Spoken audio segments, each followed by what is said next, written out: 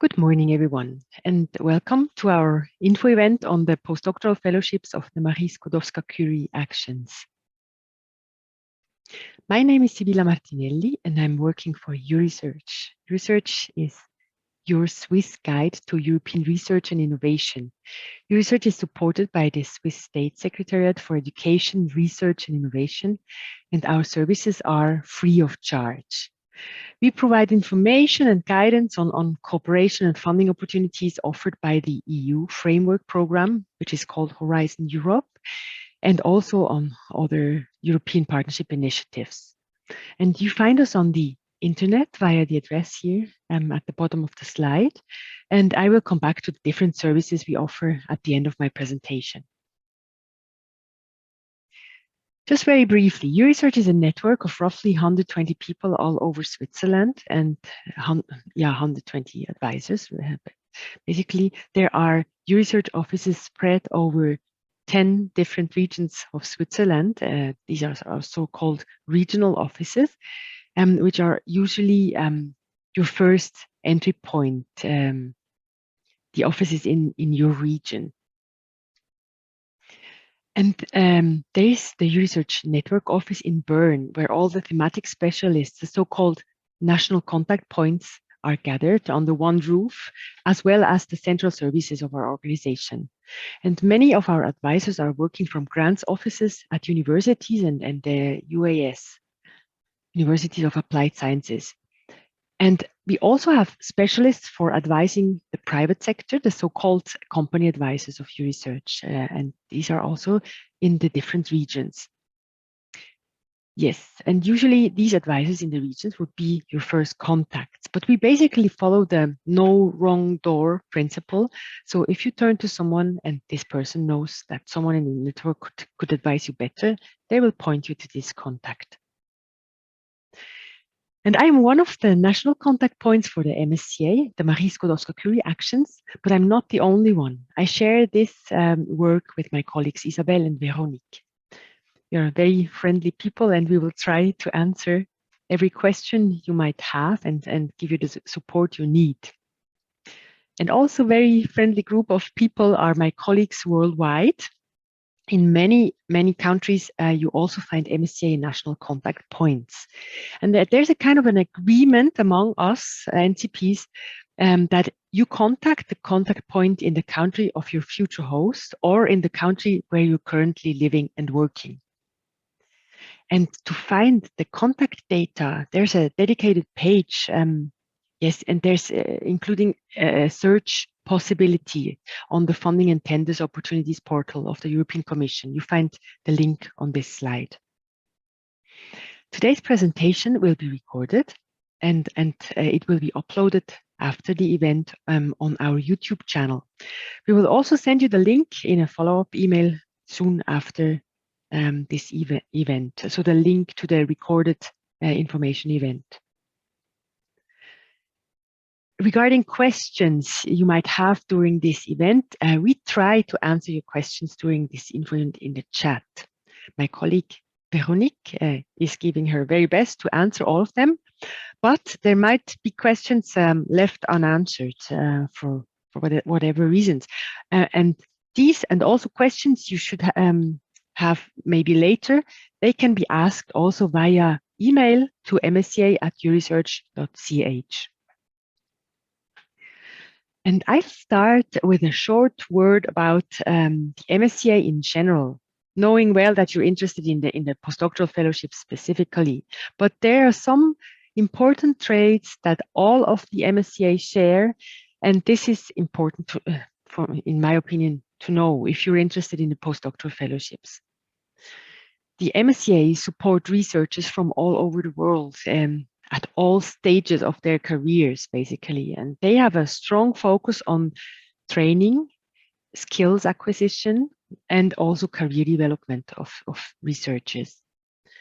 And that is a very important thing for you to know because it also applies for the postdoctoral fellowship. The MSCA strongly contribute also to excellence, to excellent research by equipping researchers with this new knowledge and skills, and also by providing them with an international and also intersectoral exposure. Because in the MSCA, researchers are strongly encouraged to move between sectors and also between disciplines. Furthermore, the MSCA are open to all domains of research and innovation, and the topics of research are chosen freely by the applicants. This is called a bottom-up way.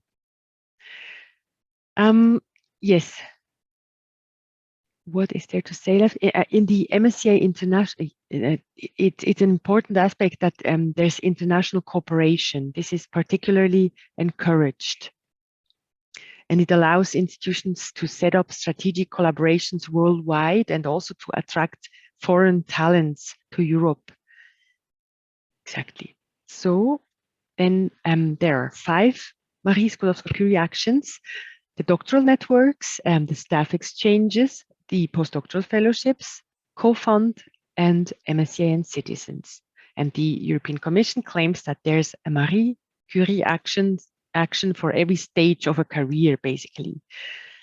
So most of you joining today's event are probably at a rather early postdoctoral career stage, or are advisors, or are working in as research administrators, and you're interested in the postdoctoral fellowships. Today you joined us for this online info event on the postdoctoral fellowships of the Marie Skłodowska-Curie Actions, which are indeed for postdoctoral researchers, as I mentioned. And the goal of today's event is to give you an idea what these postdoctoral fellowships of the MSCA are.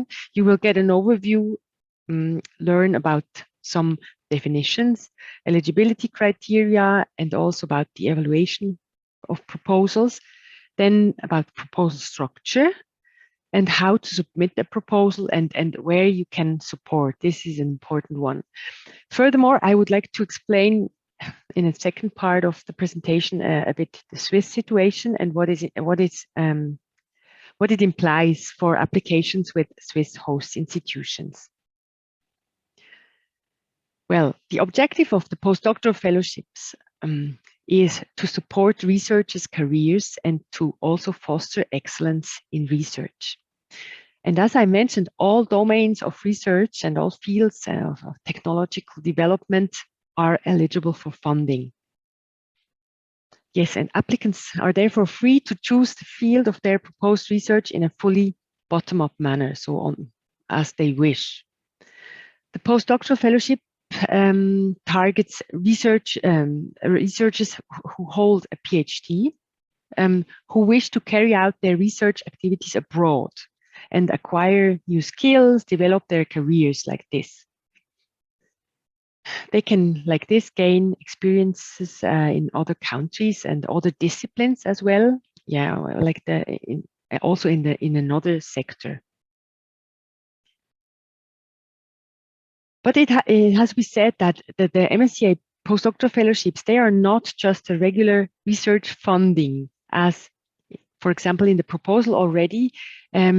Also, the proposed training and the hosting are have to be described and are also evaluated. There are 2 types of postdoctoral fellowships: the European fellowship and the global fellowship. The European postdoctoral fellowships are open to researchers moving within Europe or also coming to Europe from another part of the world in order to do their research there in Europe. These fellowships, they take place in a EU member state or a country associated to Horizon Europe, and they can last between 1 and 2 years. They're open for researchers of any nationality. So any researchers of any nationality can apply to European fellowships. The global postdoctoral fellowships, they fund the mobility of researchers outside Europe.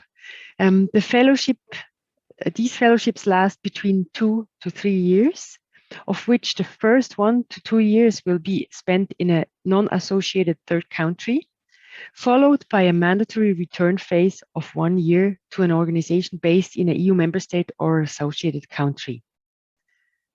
And here it's important to note that only nationals or long-term residents of EU member states or associated countries can apply for those global fellowships. Both types of fellowships may also include secondments anywhere in the world during the fellowship. There's an exception, and this applies to the return phase of the global fellowship. There, it's not possible to include secondments. And such a secondment should be within the overall duration of the fellowship and can be held in any country worldwide. Secondment can be a single period, or it can also be divided into shorter mobility periods. For the European postdoctoral fellowships, secondments cannot exceed 1/3 of the requested duration of the action of the project. And it should be in line also with the project objectives, of course, and add a significant value and impact to the fellowship.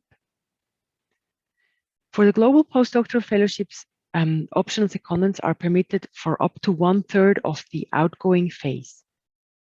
So they can only be held during the outgoing phase, and they can be up to 1/3 of the duration of the outgoing phase. The maximum of 3 months can be spent at the start of the project, at the beneficiary, or at an associated partner linked to the beneficiary, allowing the researcher to spend time there before going to the associated partner in the third country. Yes, and this period of maximum 3 months will be considered then as a part of the outgoing phase. And secondments cannot take place during the 12-month return phase, as I said, yes, at the host institution in a member state. And in an effort to build bridges between the academic and non-academic sector, researchers can receive additional support to carry out the placement of up to 6 months in a non-academic organization based in an EU member state or associated country.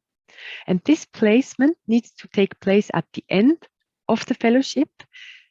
Yes, this can be in order to work on research and innovation projects in an organization from the non-academic sector.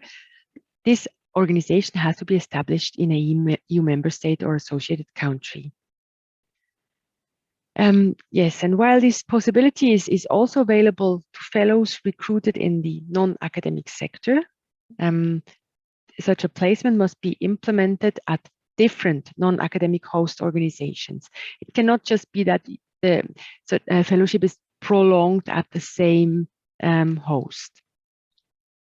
And clearly this placement serves as an incentive aiming at promoting career moves between sectors, like the non-academic and the academic one, and also between organizations. And it should stimulate innovation and knowledge transfer.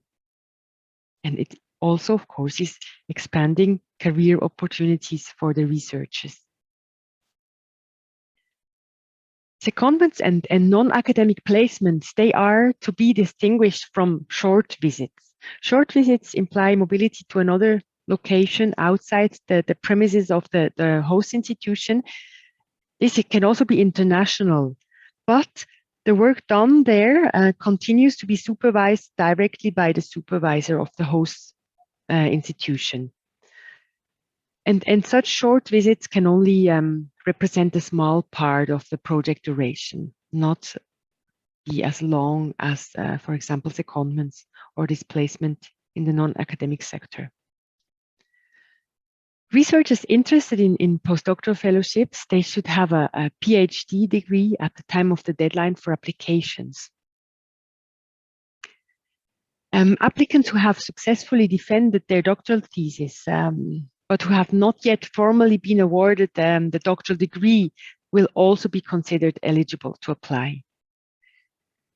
Yes, and researchers interested in postdoctoral fellowships must have a maximum of 8 years experience in research, and this is counted from the date of the award of their PhD degree.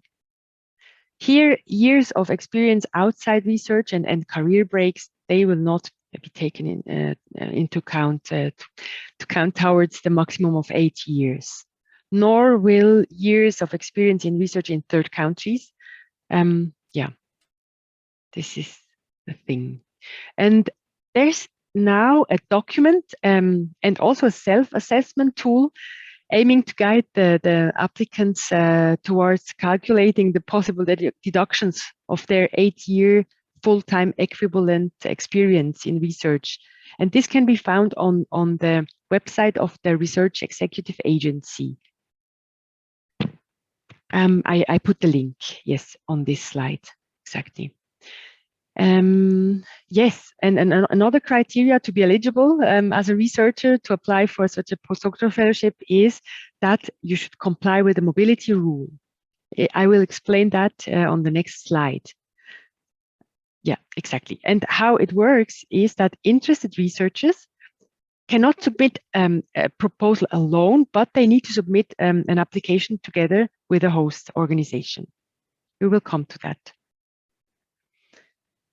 So in order to comply with the mobility rule I just mentioned, the researchers must not have resided or carried out their main activity in the country of the beneficiary of the host, the future host, basically, for more than 12 months in the 36 months immediately before the call deadline. So the point of reference is the call deadline date. Here again, periods of compulsory national service, for example, or short stays as holidays aren't taken into account in this calculation. And for the global fellowships, the mobility rule applies for the outgoing phase. Yes. So this rule relies to physical, like international mobility. And in the MSCA, we talk about the III dimension. So it's not only about this going from one country to another, but it means that also in these actions, also intersectoral and interdisciplinary mobility is supported.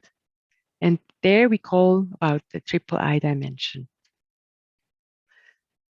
I mentioned before that the researchers submit an application together with a host organization, which will then be the beneficiary of the action. The institution will get the money from the EU, basically. That's why it's called a beneficiary. And this involves recruiting, supervising, hosting, training, and also where appropriate, seconding the researcher. The beneficiary is the legal entity that signs the grant agreement and has all the responsibility for the proper implementation of the project.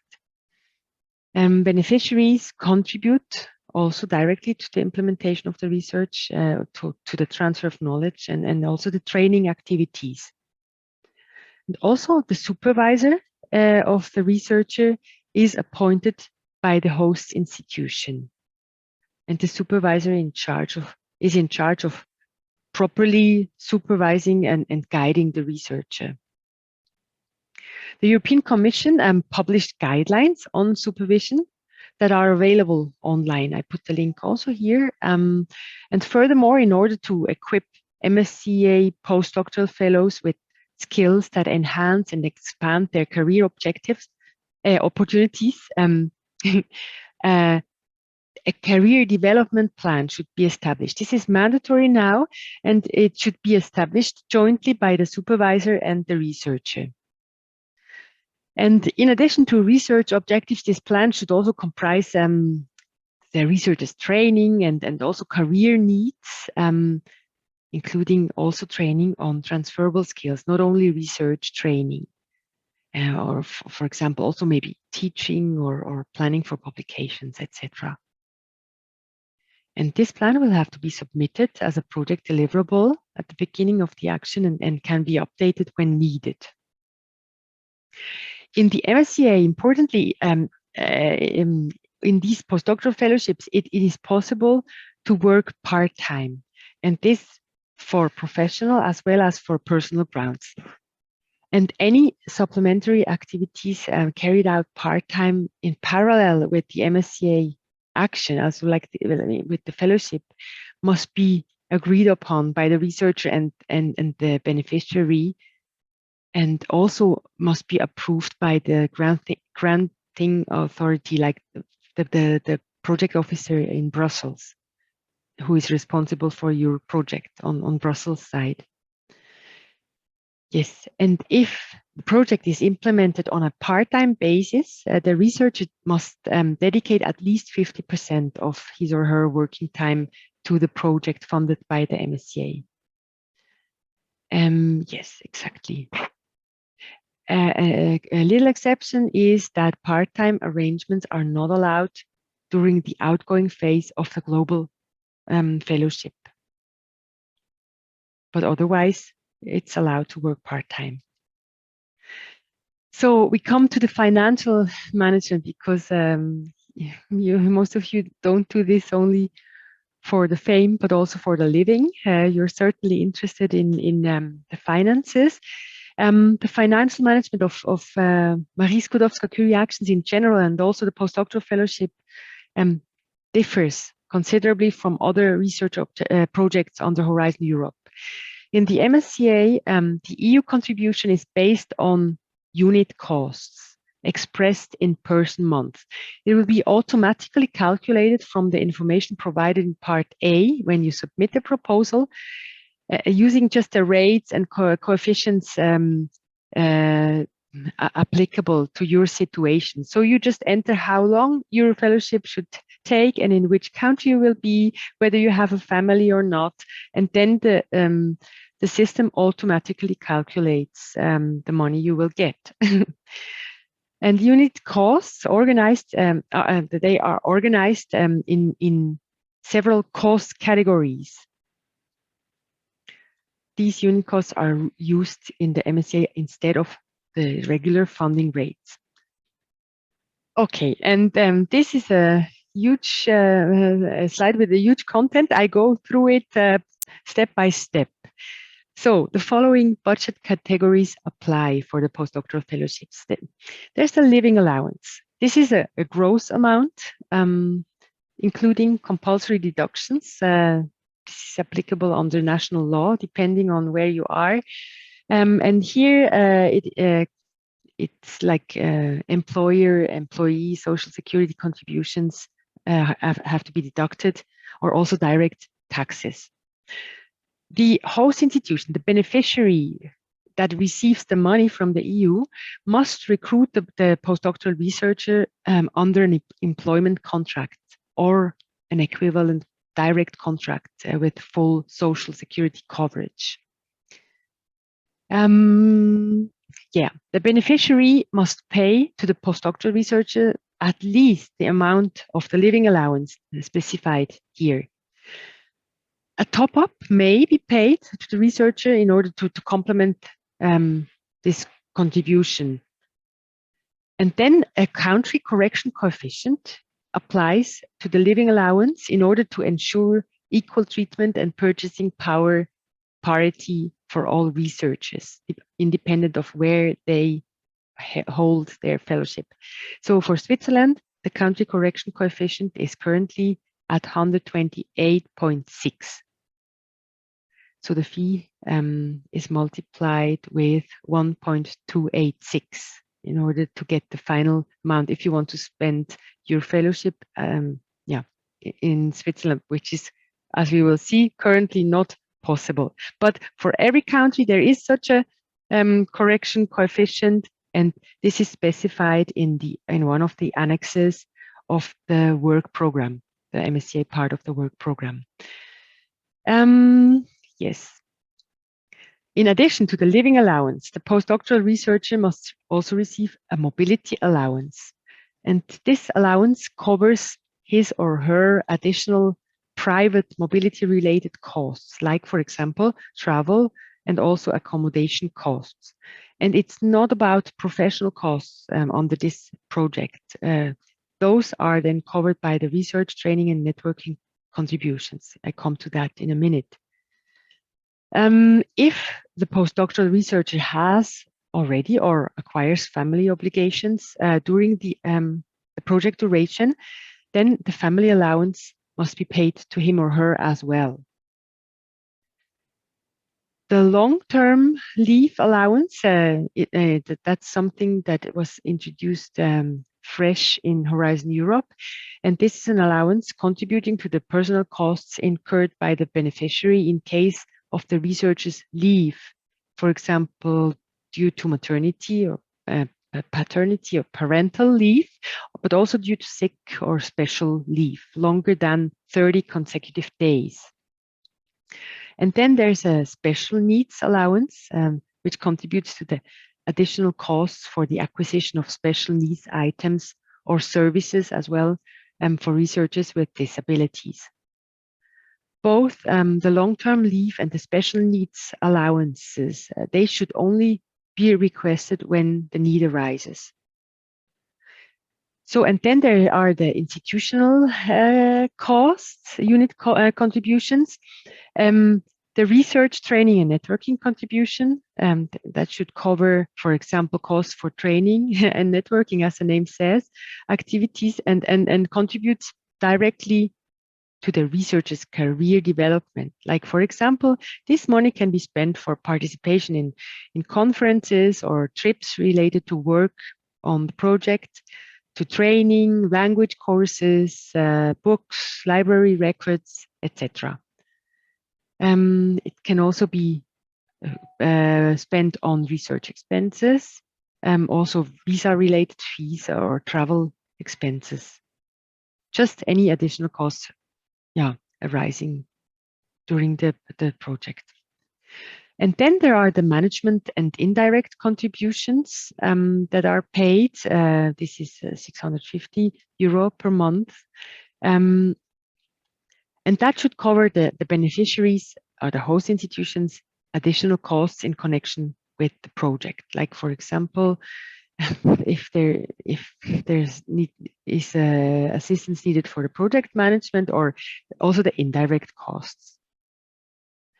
All the rates here on this table, they apply to postdoctoral researchers devoting themselves to their project on a full-time basis.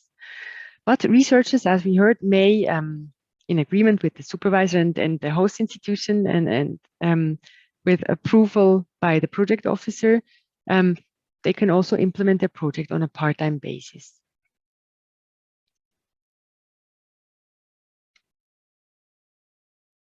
Okay, then here I show you an example of a German researcher without any family obligations who is going on a fellowship at a German host institution. No, not a German host institution. Yes, a German host institution for 2 years.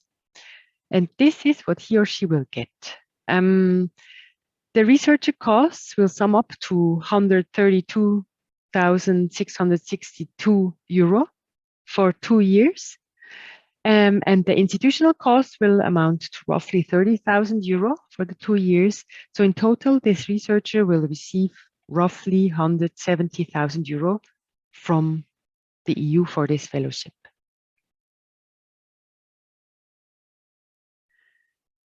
The 2022 MSCA Postdoctoral Fellowship call has been open since 12th May, with a deadline on the 14th of September this year. The total indicative budget for this year's call is €218.45 million. Exactly. And proposal submission, just a moment. Proposal submission can be done only through the respective section of the call page on the Funding and Tender Opportunities portal, where also all the important documents like the work program or the guide for applicants are published on the respective call page, and this upon call opening.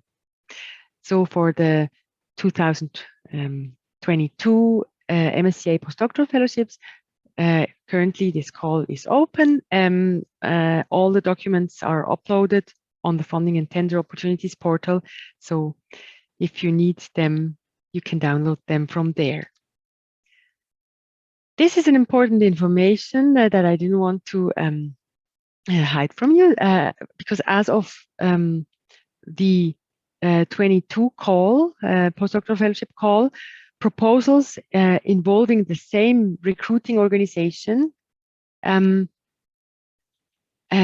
individual researchers submitted to the previous call of MSCA postdoctoral fellowships and not having received a score higher than 70% cannot be resubmitted the following year. So this restriction on resubmission applies as of the 22, so this year's call.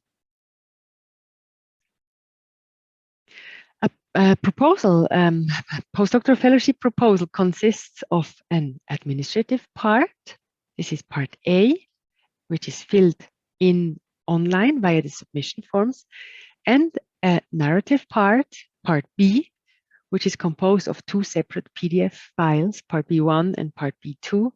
And these PDF files must be uploaded as separate documents also on the portal. Part B1 is containing a maximum of 10 A4 sized pages, and there any excess pages will not be available to the evaluators. So it's important to stick to the page limit here. Part B2 has no strict page limit, but B1 is basically the core part of the proposal. It should contain the details of the proposed research and training activities, and also the practical arrangements proposed to implement them. And part B2 contains the CV of the researcher, the capacity of the participating organizations, information on this capacity, and then also additional information on ethics and security screening, and also a letter of commitment if you go on a global fellowship and have an associated partner in a third country, then you need to provide a letter of commitment from this partner here in part B2. These documents and information in them will be used by evaluators to assess how well how well in general the proposal addresses the award criteria. I come to that in a minute. And only the highest scoring proposals will then be selected for funding. It is important that applicants use the Part B template, which is available on the call page also. I added the link also on this slide. And the templates are really call specific, so you need to make sure that you use the template for the 22 postdoctoral fellowship call, because there can be small changes, and it would be a pity if you would not address them properly. And it is also important in part 1, you need to upload an abstract, and this abstract should not contain sensitive information, because the abstracts will be made publicly available if the project is retained for funding. Proposals will be evaluated by experts on the basis of 3 award criteria, which are excellence, impact, and the quality and efficiency of the implementation. Evaluation scores will be awarded for each of these 3 criteria. And each criterion will be scored out of 5. The scores will be awarded with a resolution of 1 decimal place, and also will be subject to a weighting factor, which is for excellence 50%, for impact 30%, and for implementation 20%. Proposals scoring equal or above 70% will be considered for funding, within, of course, within the limits of the available call budget. And other proposals which are below the scoring of 70% will be rejected.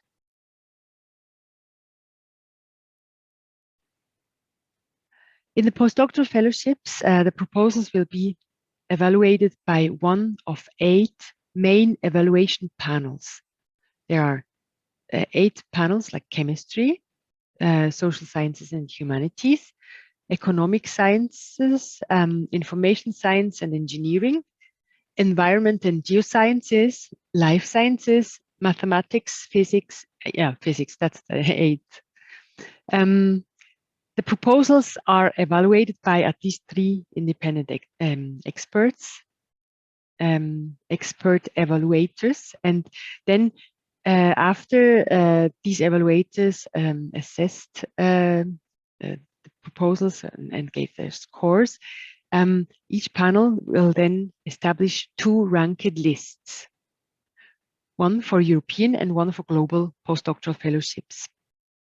And the European and global postdoctoral fellowships will have separate budgets, and the distribution of the respective available funds will be proportional to the number of eligible proposals received in each main evaluation panel.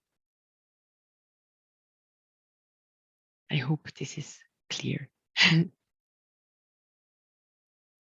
If you want to know more about how these proposals are evaluated, there is a document summarizing nicely this process. This document can be found online if you just follow the link that I put here on this slide. So now you know a bit more about the MSCA Postdoctoral Fellowships of the EU, and let's look at the Swiss situation now. As a non-EU member state, Switzerland has to negotiate its association to European research framework programs like the current one, like Horizon Europe. And you might have heard since the start of Horizon Europe, it has not been possible for Switzerland to associate to Horizon Europe. Still, political negotiations are ongoing, but the situation is a bit stuck at the moment. Switzerland still expects to be able to participate in Horizon Europe as an associated country sooner or later. And also we know that our government is committed to this objective. But it is clear that currently Switzerland has the status of a third country, not eligible for EU funding.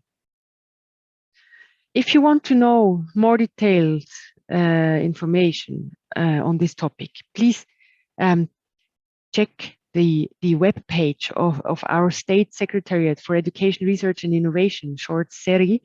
They have a dedicated web page for Horizon Europe and the Swiss situation, and I find this web page very useful and informative, and it's updated very regularly.